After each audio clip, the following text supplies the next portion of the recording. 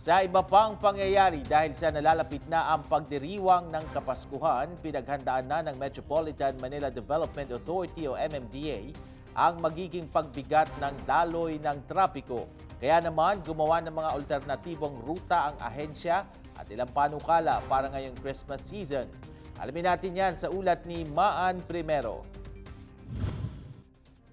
Dahil nalalapit na naman ang pagdiriwang ng Kapaskuhan at abala ang ating mga kababayan sa pamimili at pamamasyal sa iba't ibang malls, lalo na sa Kalakhang, Maynila, maging ang pag-uwi sa kanilang probinsya, nagbukas ang Metropolitan Manila Development Authority o MMDA ng mga alternatibong ruta para makaiwas at mabawasan ang pabigat na daloy ng trapiko sa Metro Manila. Binuksan ng ahensya ang mga Christmas loops para maibsan ang mabigat na daloy ng trapiko sa darating na Kapaskuhan.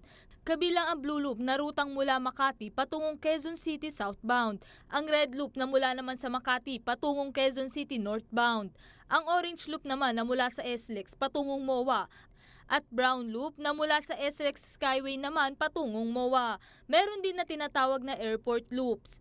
Ang Maroon Loop mula sa SLEX patungong domestic airports. Ang Violet Loop mula sa Manila o Makati patungong domestic airport.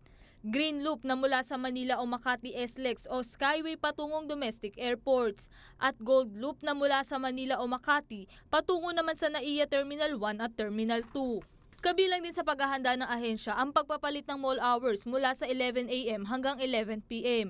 Pinahaba rin ng ahensya ang pagbibigay ng serbisyo ng Pasig River Ferry Boat na sinimulan nito lamang December 1. E-escortan din ng mga MMDA patrol ang shuttle bus para mas mabilis na makarating ang mga pasahero sa kanilang destinasyon.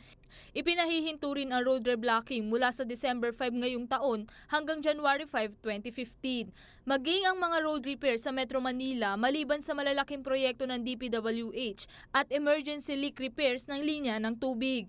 May bagong track lane na inilabas simula ngayong araw. Maglalagay din ng 10 traffic enforcers at mga kapulisan sa 15 pangunahing mall sa EDSA. Magdadagdag din ng mga MMDA personnel sa mga lansangan para masiguro ang maluwag na daloy ng trapiko. Bubuksan na rin ang bicycle lane sa Rojas Boulevard.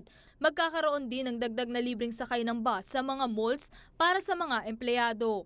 At magkakaroon ng libreng sakay sa shuttle bus para sa mga ferry passengers na manggagaling at patungo sa domestic airports mula sa December 12 hanggang December 23. Yan po yung 12 initiatives natin ngayong Kapaskuhan. Kasama po yung umbrella initiative ng ating kapulisan para sa peace and order. Tinawag po namin MMDA's 12 related Christmas efforts. MMDA, friends from the media. Yung NCRPO, meron tayong ligtas sa Paskuhan 2014 in coordination sa DOH, local government units, MMDA, and other government agencies in connection sa security preparations natin for Christmas. In fact, wala tayong leave sa ating mga kapulisan to maximize the deployment of our personnel. And we will be on full alert. Ako po ang inyong kaibigan, Maan Primero para sa Newslight.